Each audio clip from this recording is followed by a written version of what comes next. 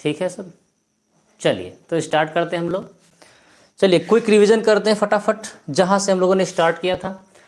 सबसे पहले हम लोग ये जानते हैं कि जब तत्वों को एक वर्गीकृत करने की बात आई थी तो सबसे पहला जो कदम उठाया था वो डॉबे राइनर महोदय ने उठाया था और उन्होंने सर्वप्रथम उस समय ज्ञात 30 तत्वों में से 3 त्रिक बनाए थे। और किस आधार पर बनाए थे? तो परमाणु भार के आधार पर बनाए थे। किस तरीके से बनाए थे कि पहले और तीसरे के परमाणु भारों को योग को अगर हम 2 से विभाजित कर देते हैं तो वह बीच वाले तत्व के परमाणु भार के बराबर आ जाता है। किंतु उस समय 30 तत्वों में से केवल ये 3 त्रिक अर्थात 9 तत्वों को ही वर्गीकृत कर पाए थे और उसमें भी कई सारी खामियां हो गई थी, इसलिए यह सिद्धांत जो था वो विफल रहा था। उसके बाद में संगीत के प्रेमी वैज्ञानिक न्यूलैंड्स महोदय आए जिन्होंने अष्टक सिद्धांत दिया। अष्टक का मतलब होता है 8 और 8 का मतलब ये होता है कि उन्होंने उस समय ज्ञात 56 तत्वों को इस तरीके से सेट किया था कि प्रत्येक पहला तत्व अपने 8वें तत्व के साथ में समानता व्यक्त करता था। उनके समय तक जो है 56 तत्व ज्ञात थे। जिस प्रकार से सारे गामा पाधा नी के बाद में फिर से सा आता है, उसी प्रकार से प्रत्येक पहला तत्व 8वें तत्व के साथ में समानता व्यक्त करता था। किंतु ये महोदय बहुत सफल नहीं हो पाए थे। इन्होंने हाइड्रोजन से लेके लिथियम तक के परमाणुओं को, तत्वों को जो है संयोजित किया था, लेकिन बहुत ज़्यादा सफल इसलिए नहीं हुए थे क्योंकि बीच में ही इनका क्रम टूट गया था। जो इन्होंने सारणी बनाई थी वो भी पूर्णतः सफल नहीं थी। बाद की बात की कहानी तो अलग है, बहुत सारी कमियां निकल आईं। इन्होंने कैसे इस प्रकार विश्वास कर लिया कि डॉबे राइनर के समय 30 तत्व थे तो इनके समय में केवल 56 तत्व ही रहेंगे, आगे तत्वों की खोज नहीं होगी। इस प्रकार से ये असफल हुए। बाद में असफलता की बात तो अलग है, जो स्वयं इन्होंने तैयार किया था उसमें ही ये असफल हो गए थे। किंतु एक अच्छा प्रयास था 56 तत्वों को सारणीकृत करने का। तत्पश्चात आए क्रांतिकारी वैज्ञानिक हमारे कौन से? मेंडलीफ महोदय, जिन्होंने आवर्त सारणी की खोज की थी। जो वर्तमान आवर्त सारणी का मूल रूप है वो मेंडलीफ महोदय का दिया हुआ है।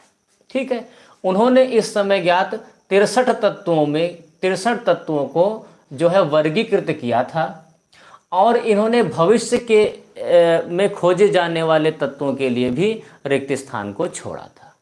इसलिए ये बहुत ज़्यादा आवर्त सारणी फेमस हुई थी दुनिया में। जैसे ही आई तो पूरे जितने वैज्ञानिक जगत में तहलका मचा दिया था। इनके आवर्त सारणी में 63 तत्व थे जिनको इन्होंने 7 आवर्त और 9 वर्ग में विभाजित किया था। हमने आपको बताया था कि आवर्त क्या होते हैं और वर्ग क्या होते हैं। तो इनकी आवर्त सारणी में 7 आवर्त थे और 9 वर्ग थे। ये भाई साहब क्यों असफल हुए थे? समस्थानिकों की जब खोज हो गई तब एक ही तत्व, हम लोग जानते हैं कि समस्थानिक क्या होते हैं, एक ही तत्व विभिन्न परमाणु भार के, अलग अलग परमाणु भार के होते हैं। जैसे हमने आपको उदाहरण दिया था हाइड्रोजन के 3 परमाणु भार के हिसाब से 3 समस्थानिक, H11, H12 और H13। ठीक है, तो एक ही तत्व को 3 स्थान प्राप्त हो गए थे जो कि एक तर्क संगत चीज़ नहीं थी। और ये जो फिर परमाणु भार वाला जो मूल गुण है वो किसने जो है बाहर कर दिया चलन से? कौन से वैज्ञानिक थे? हेनरी मोजले। हेनरी मोजले ने बता दिया कि ये जो शुरुआत से आप लोग क्रम बनाते चले आए हो इसका आधार ही गलत है। आधार गलत होने का मतलब कि परमाणु भार जो आप लोग मूल गुण लेके चल रहे हो, पदार्थ का मूल गुण परमाणु भार नहीं हो सकता समस्थानिकों की खोज के बाद में। ठीक है, तो इन्होंने बताया कि परमाणु भार के स्थान पर हम लोग क्या लेंगे? परमाणु क्रमांक लेंगे। परमाणु क्रमांक क्या होता है हम आपको थोड़ा सा बता चुके हैं। और इन्होंने फिर सभी तत्वों को परमाणु क्रमांक के हिसाब से सेट किया, जो कि क्या है? आधुनिक आवर्त सारणी का रूप लिए हुए। बच्चों ये सब हम लोगों ने समझ लिया था। अब कुछ क्वेश्चंस पे जो बहुविकल्पीय प्रश्न आते हैं हमारे एग्जाम्स में उन पर नज़र डालेंगे। अगर ये आता है कि आवर्त सारणी की खोज किसने की, तो मेंडलीफ महोदय ने की। अगर आधुनिक आवर्त सारणी की बात आती है तो किसने खोज की है, हेनरी मोजले महोदय ने की है। अगर केवल आवर्त सारणी की बात आती है तो केवल आवर्त सारणी तो मेंडलीफ महोदय ने खोज किया था, लेकिन अगर आधुनिक आवर्त सारणी की बात आती है तो उसकी खोजकर्ता कौन है, हेनरी मोजले महोदय है। ठीक है। ऊपर के तीनों सिद्धांत डॉबेराइनर, न्यूलैंड्स और मेंडलीफ, ये तीनों सिद्धांत का जो मूल आधार था वो परमाणु भार था। क्या था, परमाणु भार था। परमाणु भार को दो अन्य नामों से जाना जाता है, क्योंकि बहुविकल्पी प्रश्नों में बच्चे कभी कभी कंफ्यूज हो जाते हैं। परमाणु भार को दो अन्य नामों से और जाना जाता है, परमाणु भार, परमाणु द्रव्यमान और द्रव्यमान संख्या। याद करना बिल्कुल कठिन नहीं है। आप देखें तो परमाणु भार में भार आ रहा है, मतलब कुछ तौलने वाली चीज़। परमाणु द्रव्यमान में भी द्रव्यमान आ रहा है, मतलब कुछ तौलने वाली चीज़। और द्रव्यमान संख्या में भी द्रव्यमान आ रहा है, मतलब कोई तौलने वाली चीज़।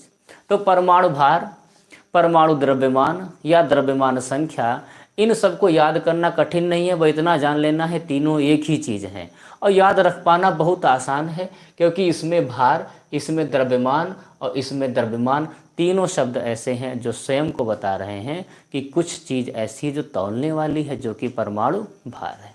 खूब बात समझ में आ रही है। और आधुनिक आवर्त सारणी जो है वो परमाणु क्रमांक पर निर्भर करती है। परमाणु क्रमांक क्या होता है, प्रोटॉनों की संख्या होती है। ठीक, जरा कंपैरिजन कर लेते हैं।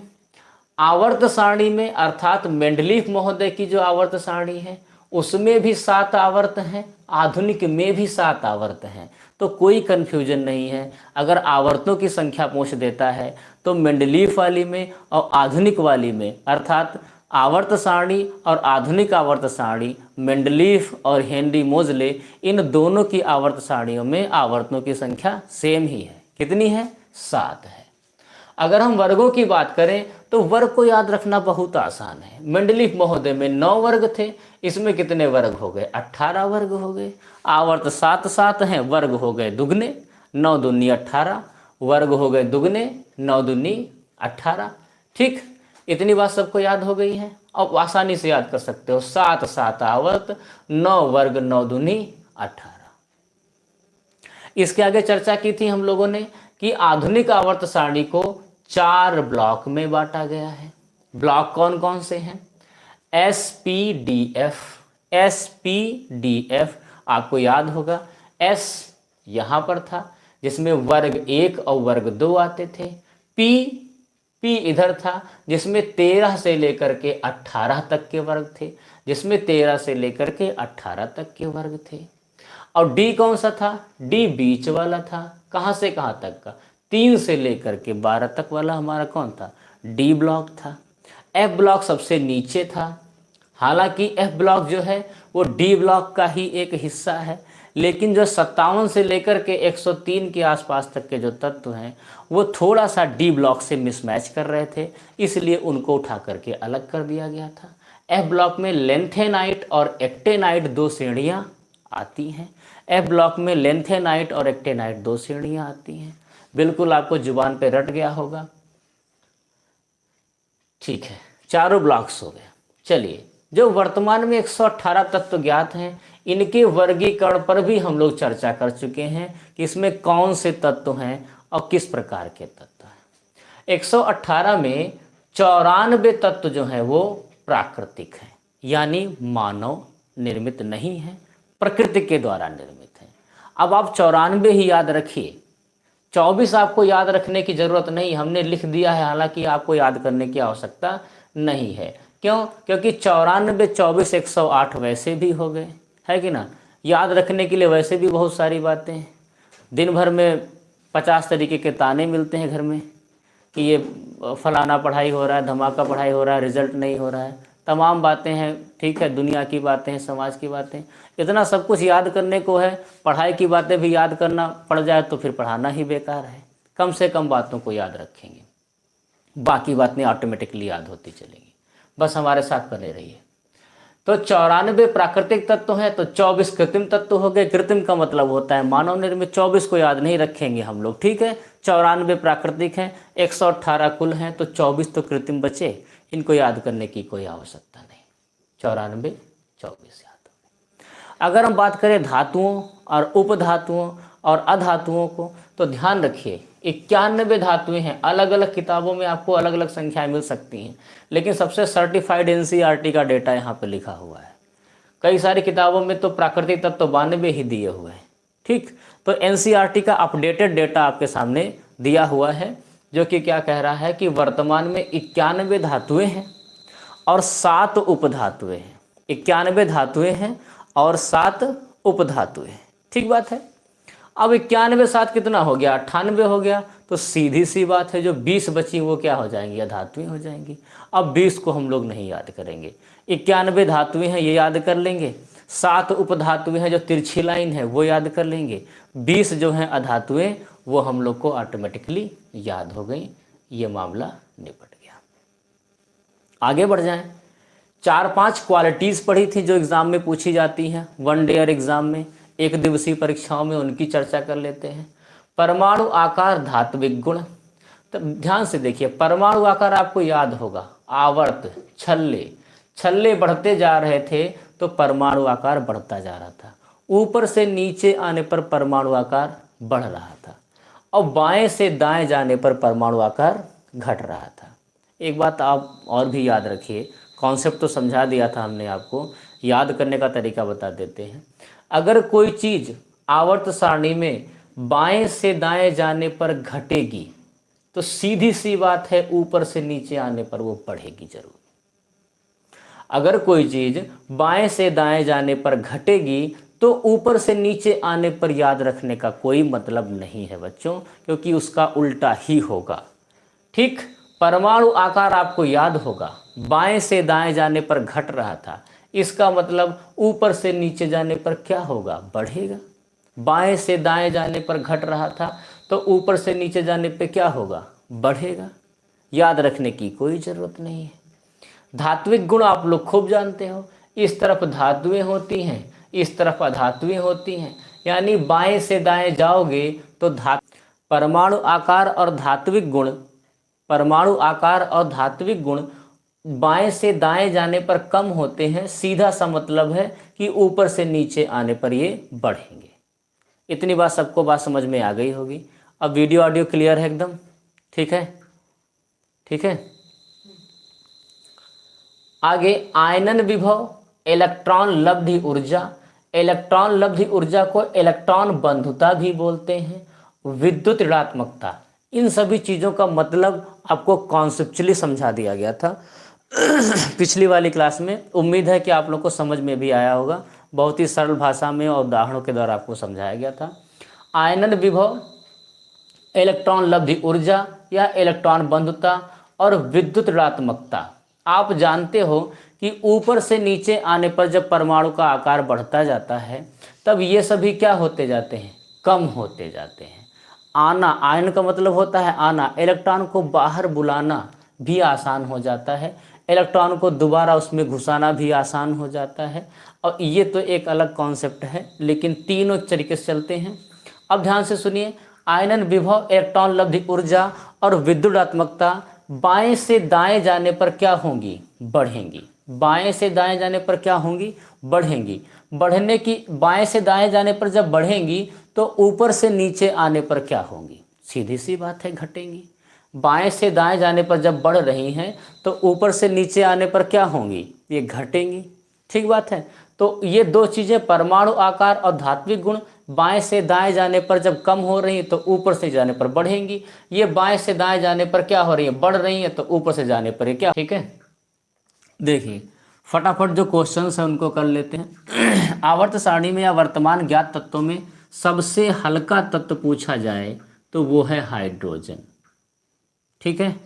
अगर सबसे हल्की धातु पूछी जाए तो वो है लिथियम। सबसे हल्का तत्व जो है वो हाइड्रोजन है, सबसे हल्की धातु जो है वो लिथियम है। और सबसे भारी तत्व की बात की जाए तो वो ऑस्मियम है। सबसे हल्का तत्व हाइड्रोजन, सबसे भारी तत्व ऑस्मियम, सबसे हल्की धातु लिथियम, और सबसे भारी धातु पूछी जाए तो उसका भी आंसर लिथियम, उसका भी आंसर ऑस्मियम ही होगा, क्योंकि ऑस्मियम एक तत्व भी है साथ में धातु भी है। क्लियर है? सबसे हल्का तत्व हाइड्रोजन है, सबसे भारी तत्व ऑस्मियम है, ऑस्मियम एक धातु भी है, इसलिए सबसे भारी धातु के लिए भी ऑस्मियम का ही नाम आ जाएगा। सबसे हल्की धातु की अगर हम बात करें तो वो है हमारी लिथियम। सबसे तन्य धातु जो है वो सोना है। तन्य का मतलब होता है जिसको तान करके तार बनाया जा सके। तन्य का मतलब होता है जिसको तान करके खींच करके तार बनाया जा सके। तो सर्वाधिक तन्य धातु क्या है? सोना है। 1 ग्राम सोने से लगभग 2 किलोमीटर, अबाउट 2 किलोमीटर्स, 1.25 किलोमीटर के आसपास का लंबा तार खींचा जा सकता है। इतनी तन्य धातु होती है। 1 ग्राम का मतलब आप लोग जानते हो, 1 तोला में 10 ग्राम होते हैं। तोला सभी लोग जानते हो। 10 ग्राम का भी 10वां हिस्सा 1 ग्राम होता है, और उस 1 ग्राम से हमारा कितना, लगभग 1.25 किलोमीटर, यानी टेनी से लेकर थमरवा तक का पूरा एक सोने का तार खींच जाएगा। इतनी तन्य धातु होती है। अगर सर्वाधिक आघात वर्धनीय धातु का भी नाम आए तो भी सोना ही होगा। आघात वर्धनीय का मतलब होता है आघात करने पर जो बढ़ जाए, यानी पीटने पर जो बढ़ जाए, आघात करने पर जो बढ़ जाए, उसे हम क्या बोलेंगे? आघात वर्धनीय धातु बोलेंगे। वो भी क्या है? सोना। वैसे धातुएं और अधातुएं दोनों हमेशा ठोस अवस्था में ही पाई जाती हैं, है ना? जानते हो, चाहे सोना हो चाहे चांदी हो, सब क्या है, चाहे लकड़ी हो या प्लास्टिक हो, ये सभी अपने जो उनका मूल स्वरूप है वो ठोस ही है। वो क्या है? वो ठोस ही है। किंतु 2 अपवाद हैं। धातु जो द्रव अवस्था में पाई जाए, पारा एकमात्र ऐसी धातु है जो द्रव अवस्था में पाई जाती है। अगर हम अधातु की बात करें तो ब्रोमीन एक ऐसी धातु है जो द्रव अवस्था में पाई जाती है। ठीक है। सर्वाधिक सुचालक धातु जो है वो चांदी है, सभी लोग जानते हो। सबसे अच्छी विद्युत की जो सुचालक है वो क्या है? चांदी है। वैसे तो सभी अधातुएं जो हैं वो विद्युत की कुचालक होती हैं, चाहे लकड़ी हो चाहे प्लास्टिक हो। किंतु ग्रेफाइट जो पेंसिल जिससे बनी होती है, अंदर जो पेंसिल की रॉड पड़ी होती है, ग्रेफाइट की बनी होती है। तो सुचालक अधातु कौन सी है? वो है हमारी ग्रेफाइट। ठीक है। अभी इस क्वेश्चन का आंसर तो हम दे चुके हैं। सर्वाधिक विद्युत ऋणात्मक तत्व कौन सा है? वो फ्लोरीन है। अगला है मिट्टी के तेल या केरोसिन। मिट्टी के तेल या केरोसिन में रखे जाने वाली धातु कौन सी है? सोडियम। क्योंकि सोडियम बहुत ही ज़्यादा सक्रिय धातु है, बहुत ही ज़्यादा सक्रिय धातु है। इसलिए इसको अगर आप बाहर रखोगे तो बाहर के नम वातावरण से ये अभिक्रिया करके बहुत ही जल्दी आग पकड़ लेती है। इसलिए सोडियम तेल, जिसका दूसरा नाम क्या है? केरोसिनायल, केरोसिन के तेल में इसको डुबा करके रखा जाता है, जिससे बाहर के वातावरण में ये अभिक्रिया ना कर सके। आज की क्लास नेटवर्क की वजह से 2 बार डिस्टर्ब हुई है, लेकिन हमारी बात आप तक तो पहुंच ही गई होगी। अपना पूरा का पूरा वीडियो भी कंप्लीट हो गया है लगभग, और आवर्त सारणी के 5 पार्ट हो गए हैं। अब रेलवे ग्रुप डी हो चाहे टेट हो या सुपर टेट हो, सीटेट हो, आवर्त सारणी से आपका एक भी क्वेश्चन नहीं छूटने वाला है, अगर आपने इन 5 वीडियोज़ को ध्यान से देख लिया।